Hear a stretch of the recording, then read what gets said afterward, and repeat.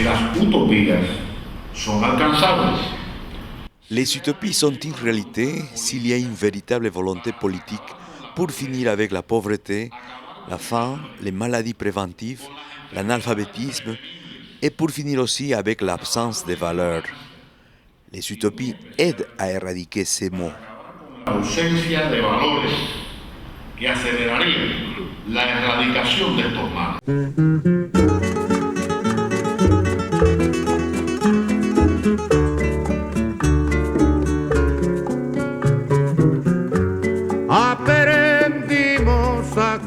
Cuba se livre difficilement aux visiteurs.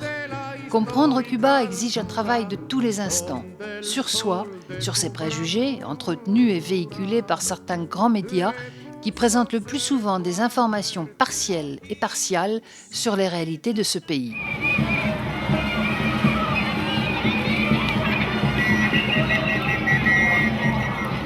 Mais quel peut donc bien être le secret de ce petit pays d'à peine plus de 12 millions d'habitants qui a osé défier les États-Unis, première puissance mondiale, qui a réussi à installer un système de participation original où les domaines de la santé et l'éducation occupent un rang élevé et sont à la portée de tous les citoyens vivant sur cette île de 111 000 km².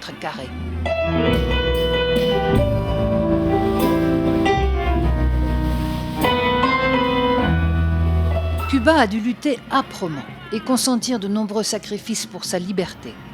D'abord en se battant contre la couronne espagnole pour son indépendance, puis contre la dictature de Batista, enfin contre les politiques interventionnistes des États-Unis. La révolution cubaine s'est efforcée de construire un modèle solidaire, un système qui aujourd'hui, dans notre monde globalisé sur le seul schéma ultralibéral, ne cesse de nous interroger. Le destin de nations entières est dicté par certaines multinationales et groupes financiers. Ces puissances, avec leurs organismes relais et les gouvernements amis, contribuent à creuser les déséquilibres planétaires entre richesse et pauvreté, à jeter sur les routes des millions de réfugiés économiques qui ont perdu leur toit et leur emploi, à piller comme jamais les ressources naturelles, à détruire l'environnement, à priver de leurs territoires ancestraux les peuples premiers, à fomenter des guerres pour vendre des armes. La guerre économique que se livrent entre elles ces compagnies pour gagner des parts de marché est aussi une guerre contre la terre.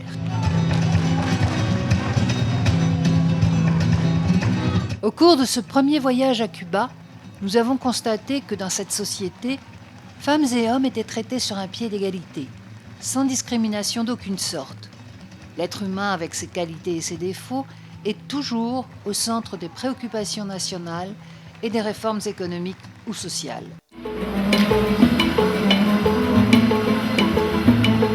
Si la chute de l'Union soviétique a durement affecté Cuba, cela lui a indirectement rendu service, car elle a dû se résoudre à mener des réformes importantes, telles que la décentralisation de son économie, l'ouverture aux capitaux étrangers, la réforme du régime foncier, avec le développement et la multiplication des coopératives, la répartition des terres pour 50 000 familles, la mise en place d'un secteur privé pour certains services et métiers d'artisanat, ainsi que la restructuration de son système bancaire.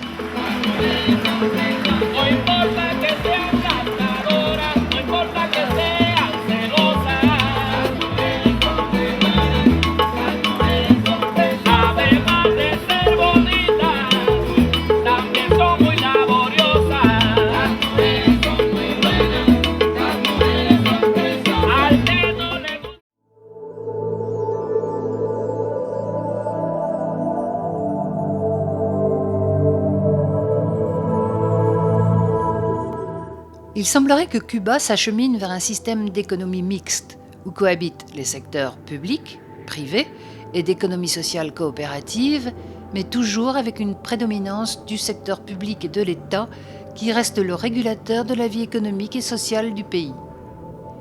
Cuba a observé et retenu les leçons de tous ces changements et crises néfastes en Europe, copiés sur l'ultralibéralisme développé aux États-Unis et qui viennent de précipiter le monde dans la crise. Ce système a rompu brutalement l'équilibre instauré par l'économie mixte que l'Europe occidentale avait réussi à mettre en œuvre sur plusieurs décennies. Les privatisations et la spéculation effrénée ont été encouragées par des gouvernements acquis aux thèses néolibérales. Ces mêmes gouvernements ont abandonné leurs prérogatives au secteur privé, qui impose désormais ses monopoles et un mode de vie uniformisé, au détriment des particularités, richesses et valeurs culturelles des peuples, détruisant les industries nationales ainsi que des petites et moyennes entreprises, créant toujours plus de chômage et de précarité partout sur la planète.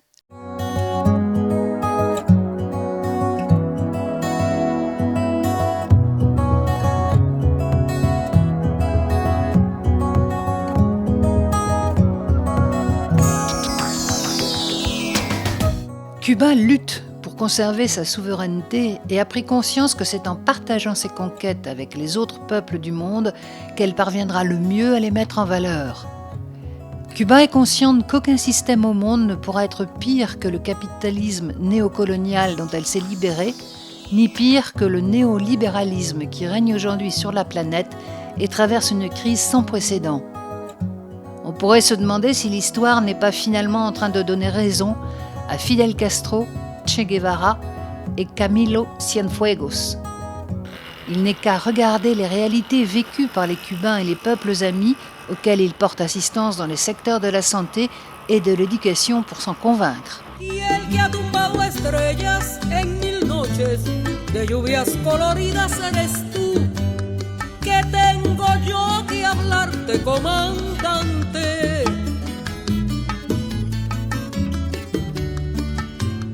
À Cuba, chacun a accès aux soins gratuitement. Et afin que ce droit s'applique concrètement, tous les moyens sont mis en œuvre pour que chaque commune ait son centre de santé et chaque ville sa structure hospitalière.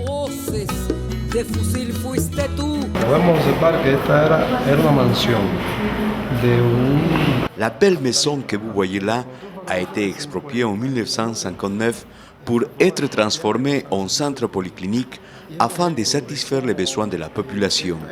Ici, la médecine n'est pas au service de quelques-uns, sinon au service de l'ensemble de la communauté. Ce type de structure fonctionne pour environ 3000 habitants.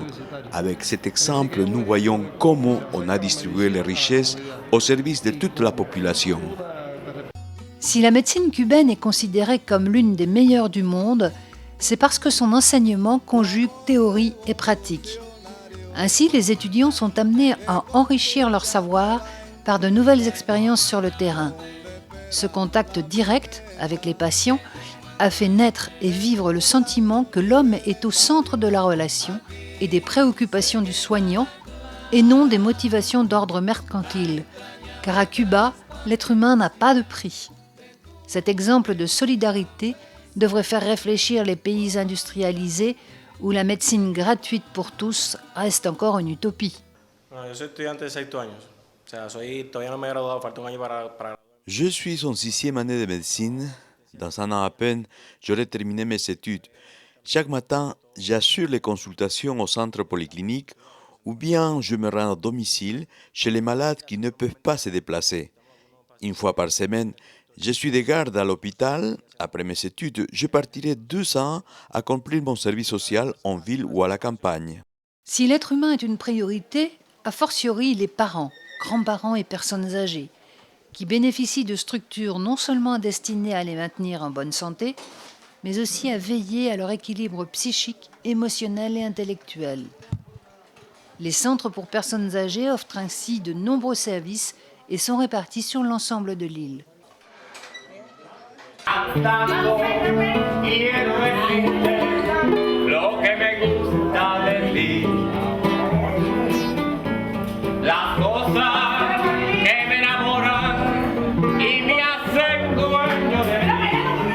Para enfrentar este reto de envejecimiento, Cuba dispose d'un programme pour résoudre les problèmes des personnes âgées. Je dirige ce programme qui est une priorité du système national de santé. Il comprend 3 volets, les soins hospitaliers, les services institutionnels et l'action sociale communautaire. Notre structure dépend du programme institutionnel, qui sont les foyers pour personnes âgées, Mais il y a aussi dans les communes ce qu'on appelle la maison des grands-pères, les restaurants pour personnes âgées, les cercles de grands-pères, des groupes d'orientation et récréation, et il y a aussi l'université du 3e âge, laquelle permet aux personnes âgées à mener une vie active, à prendre soin d'elles, à s'intégrer dans un style de vie et à continuer à mener une vie active. La santé et le bien-être des aînés dépendent des facteurs à la fois physiques, psychologiques et sociaux que nous devons considérer tous ensemble dans une dimension biopsychosociale.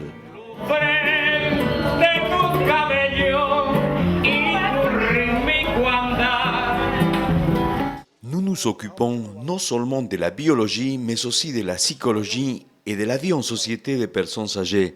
Nous veillons à que les personnes âgées ne restent pas isolées, mais qu'elles soient intégrées à la vie en société. Ces personnes doivent retrouver une certaine autonomie, mais aussi retrouver leur famille. À Cuba, nous travaillons en tenant compte des valeurs humaines, et pour s'occuper des personnes âgées, il faut beaucoup de valeurs qui sont une priorité dans notre système national de santé publique. C'est une question d'éthique, de solidarité, d'humanisme et aussi de grande sensibilité. Les milieux, la famille sont essentiels. Grâce aux institutions dédiées aux personnes âgées, chacun peut rentrer chez lui après avoir reçu l'attention et les soins nécessaires. C'est cela l'esprit du programme pour les personnes âgées. Retorna nuevamente a ese medio. Repito, no hay o el mejor lugar que existe para el anciano es su casa, su familia. Es la tendencia del programa de adultos mayores. Dans cette salle de soins du foyer pour personnes âgées, nous avons 3 lits pour accueillir les malades en crise aiguë et les convalescents qui viennent de sortir de l'hôpital et que nous gardons en observation pendant 72 heures. Nous disposons de cet appareil pour soulager les problèmes respiratoires des patients et les aider à évacuer leurs sécrétions des bronches.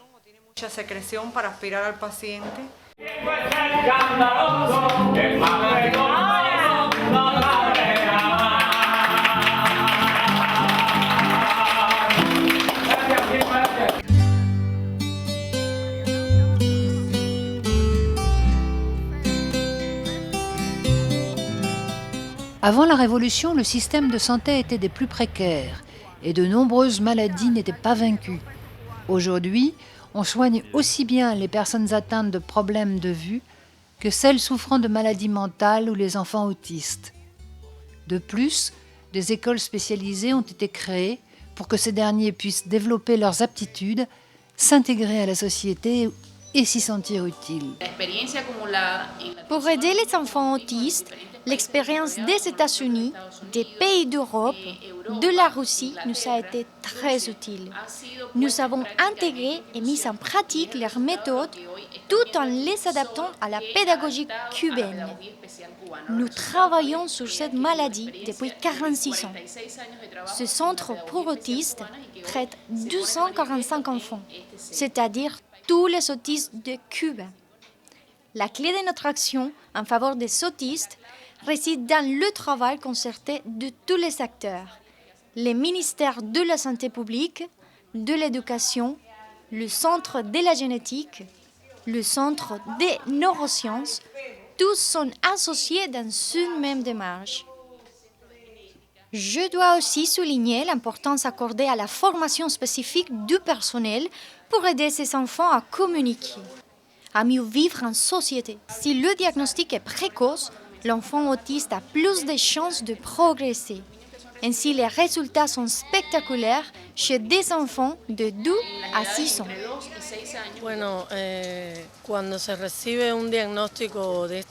Quand j'ai compris d'après le diagnostic que ma fille était différente, j'étais choquée. C'est comme si brusquement je devais faire mon deuil de l'enfant que j'attendais. C'est dur, surtout dans le cas d'un enfant unique. Et puis, j'ai trouvé une oasis. C'était cette école, un lieu où ton enfant peut recevoir des soins, où ton enfant peut commencer à s'intégrer. Ma fille a suivi 5 heures. Elle n'avait aucune autonomie. Son langage n'était pas fonctionnel. Mais elle a fait des progrès que je n'aurais jamais imaginés. Elle prononce des mots, apprend des jeux de rôle, des symboles, commencent à se socialiser. Le personnel est très jeune, mais vraiment très bien formé, très professionnel pour faire progresser les enfants. Nous, le maire de jeunes autistes, nous avons la possibilité de cesser notre travail tout en gardant le même salaire pour prendre soin de nos enfants, les avoir à la maison. Mais grâce à cette école, je peux dire que la vie est moins difficile pour les familles car je peux continuer à travailler.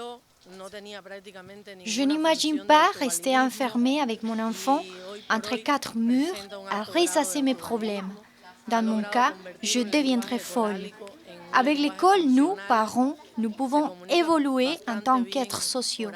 Ce centre ne me coûte rien, absolument rien. Je ne paie ni transport, ni frais d'inscription, ni soins, ni enseignement, ni matériel. Rien. Tout est gratuit. Nada tengo que pagar acá en la escuela. Todo es absolutamente gratuito.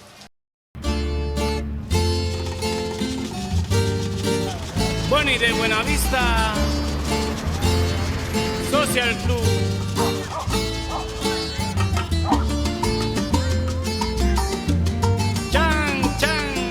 La solidarité et la coopération internationale sont un devoir pour Cuba, qui considère que tous les pays développés devraient apporter leur contribution aux pays les plus faibles. Cuba a mené des actions de coopération sur tous les continents.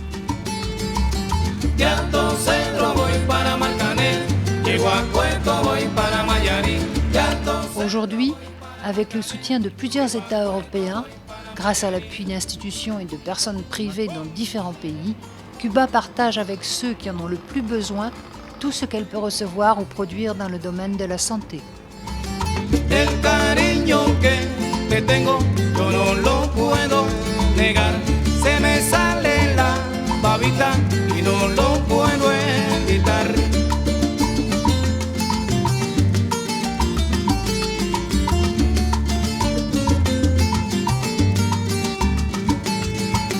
Cuando Juanita y Chan Chan en el mar servían arena, como sacudí el jibe, a Chan Chan le daba pena.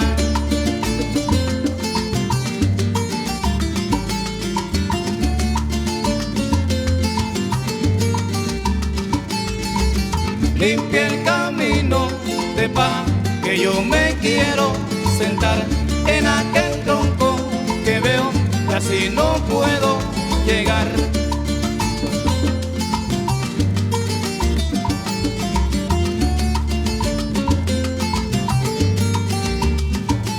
¿Cómo no? De Alto Cedro voy para Marcané, de Guacueto voy para Mayarí, de Alto Cedro voy para Marcané, de Guacueto voy para Mayarí. A la hora que me llamen voy. Afin de poursuivre cet effort de solidarité et de coopération internationale, chaque Cubain donne ce qu'il peut pour acheter des médicaments. Ici, à Cuba, notre médecine est gratuite. Nous ne payons rien, sauf à la pharmacie, pour acheter certains médicaments. On a vraiment de la chance. Les médecins ne soignent pas que les Cubains. Ils partent dans d'autres pays et consultent, opèrent les malades sans rien leur demander. C'est gratuit pour eux aussi. A otros países necesitados y no le cobran.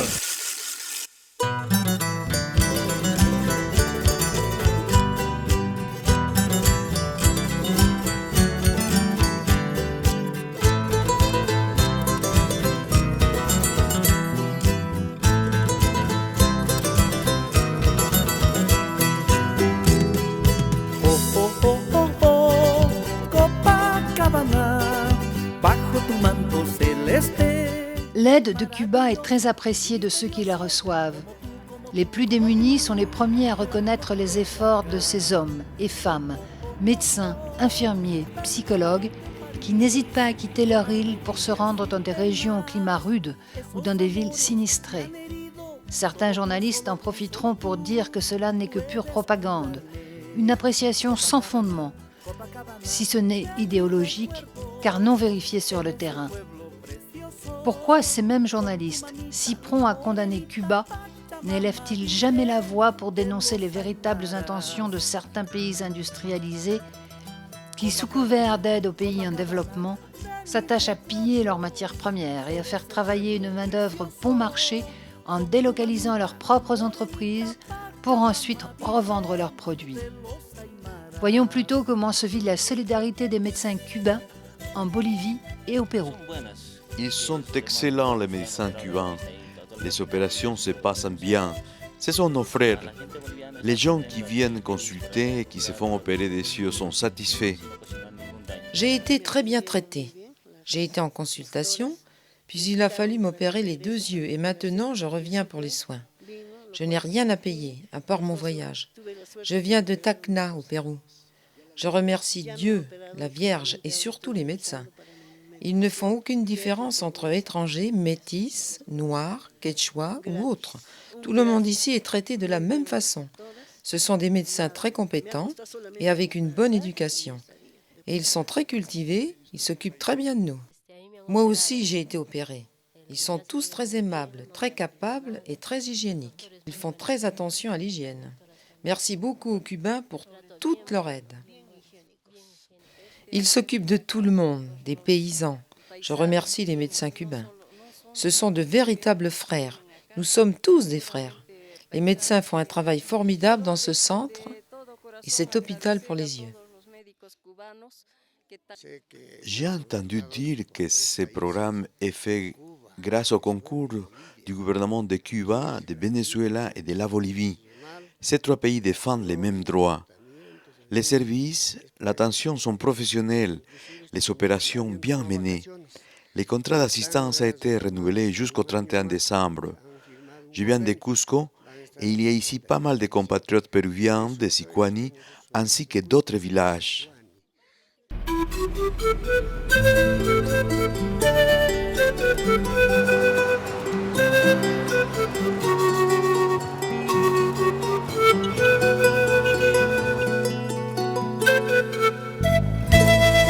Bueno, en estos momentos... 2000 médecins cubains sont présents en Bolivie. Ils soignent, opèrent, forment sur place des docteurs, des techniciens, des infirmiers.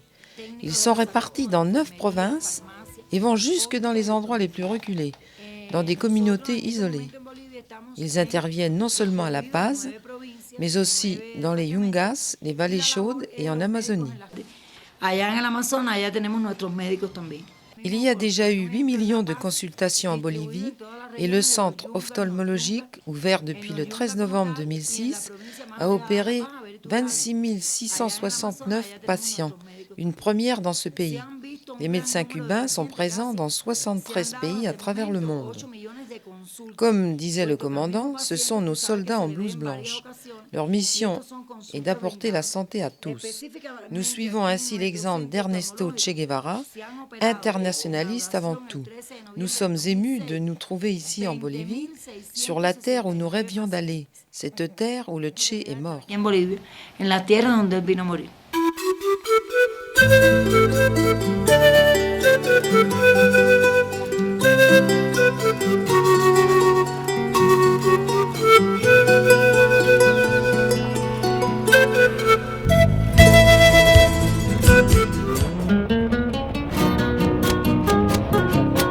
En 2007, un tremblement de terre a durement frappé les régions de la côte sud du Pérou, causant des centaines de morts, des milliers de blessés et des dommages matériels considérables.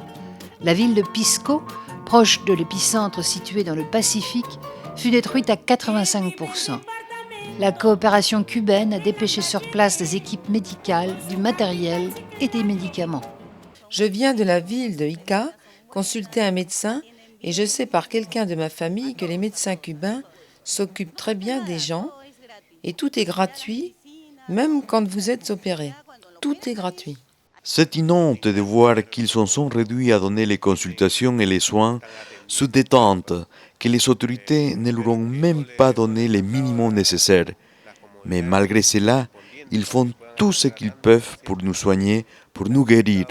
Nous ne faisons rien. Les autorités péruviennes ne font rien. Nous ne sommes vraiment pas à la hauteur. Alors que les Cubains soulagent nos familles, nos amis, nous sauvent la vie. Et les autorités ne bougent pas, ne font rien pour leur fournir du matériel, de quoi s'installer pour qu'ils travaillent dans de bonnes conditions. Le peuple péruvien a raison de critiquer les autorités. Nous avons voté et élu nos représentants pour qu'ils veillent sur nos droits. Au lieu de cela, les élus ne pensent qu'à leurs intérêts personnels et en plus, ils reçoivent mal ceux qui viennent nous porter secours. Je vis dans la commune d'Upac Amaru Inca et je peux vous dire que notre maire ne fait absolument rien. Ce n'est pas juste. Je suis seule avec mes enfants. Ce n'est pas possible que les maires, les élus, n'en fassent qu'à leur tête. Le peuple péruvien est en colère. Et c'est partout la même chose. Les autorités ne nous aident pas. Où sont les aides, les dons des autres pays? Où est l'argent qu'on nous a envoyé? Où sont toutes ces choses qui nous étaient destinées? Eh bien, il n'y a qu'à demander aux autorités. Elles ont sûrement tout gardé.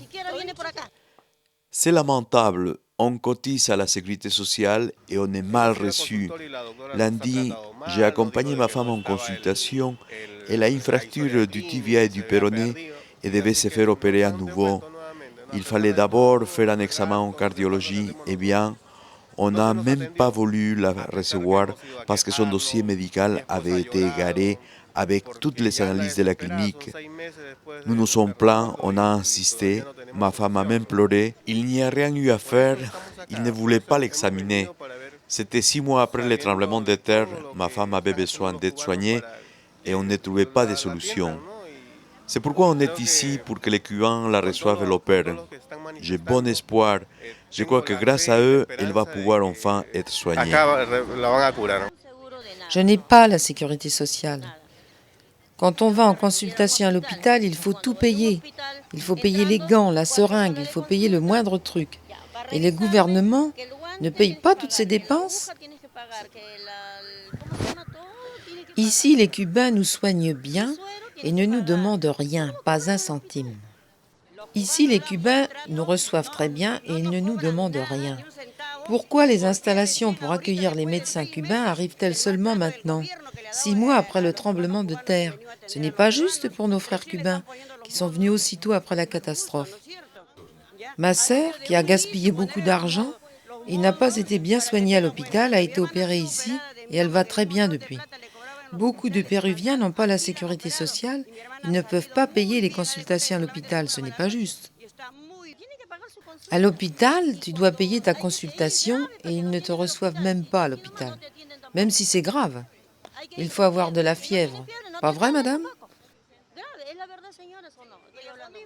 Oui, le dimanche, les Péruviens ne te reçoivent pas. Ils ne travaillent pas. Ou alors, il faut avoir beaucoup de fièvre, 40 degrés, pour qu'on s'occupe de toi. Avec les Cubains, c'est tout le contraire. Personne ne se repose le dimanche, tant qu'il y a des malades. Les Cubains prennent tout en charge. Ils payent l'électricité, l'essence, l'eau, et en plus, ils offrent les médicaments. On est vraiment bien traités ici. Moi-même, j'ai été opérée. De quoi avez-vous été opéré? J'ai été opérée d'une hernie. Par qui? Par le docteur Miguel de Cuba. Il ne m'a pas pris un centime. Tout était gratuit. Le petit déjeuner, le dîner, les consultations, les médicaments. Nos autorités n'ont pas bougé, elles n'ont rien fait. Et c'est juste au moment où les Cubains s'apprêtaient à partir qu'on installe les modules. Nous demandons à nos autorités qu'ils soutiennent massivement les médecins cubains. La ville de Pisco est très fière de les avoir dans notre pays. Ils méritent plus de soutien de notre part. La seule chose que je souhaite, c'est un accueil plus chaleureux à ces médecins cubains. Ils sont très aimables et humains et s'occupent très bien de nous. Je viens de la ville d'Ica, ils m'ont opéré et ont fait du très bon travail. Je leur en suis très reconnaissante.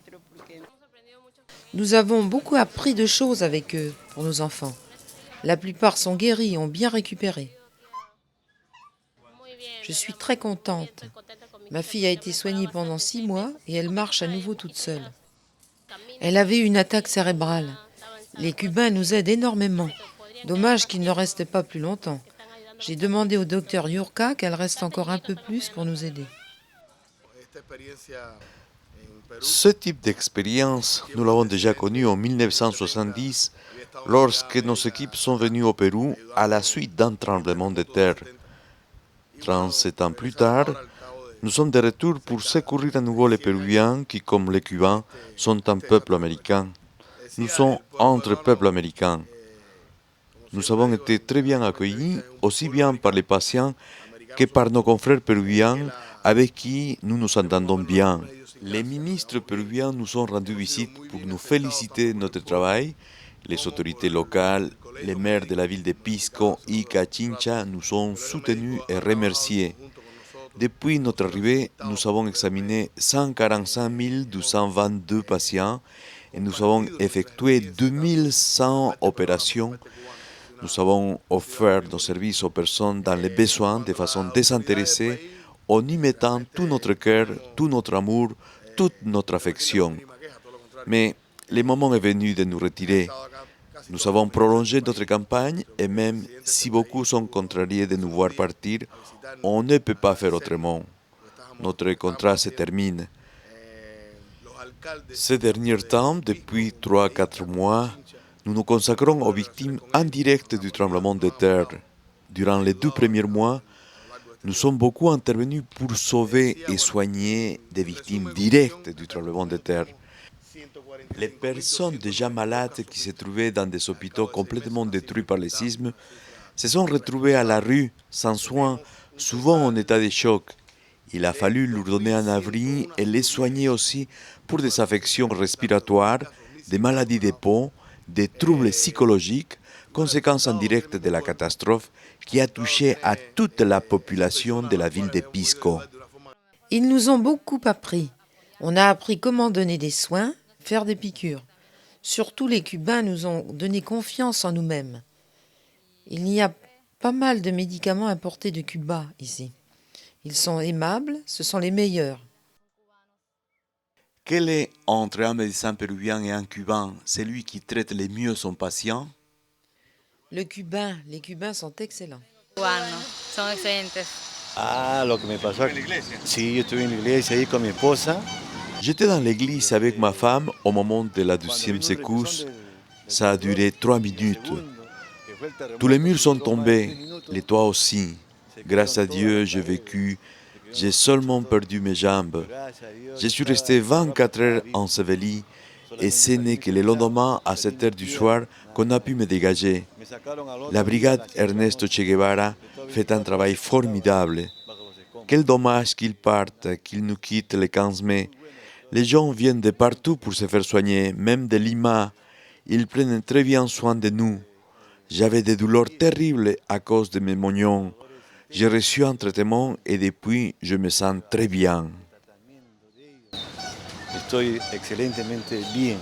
À Cuba, les villes sont élégantes, avec leurs maisons et édifices à l'architecture coloniale. Les façades et les intérieurs, souvent délabrés, sont en rénovation. En dépit de pénuries de toutes sortes, Cuba n'hésite pas à partager ce qu'elle a obtenu par ses propres efforts. Les médecins de la coopération, une fois leur mission terminée, rentrent chez eux après avoir laissé leur matériel aux équipes médicales et aux citoyens du pays secouru. Tout ce que vous voyez vient de Cuba, les instruments, la table d'opération, les équipements pour l'anesthésie. Docteur, ils vont remporter ce matériel à Cuba? Non, tout reste ici. Tout reste à la disposition du ministère de la Santé péruvienne. Para ayudar a la población, pero en manos del Ministerio de Salud.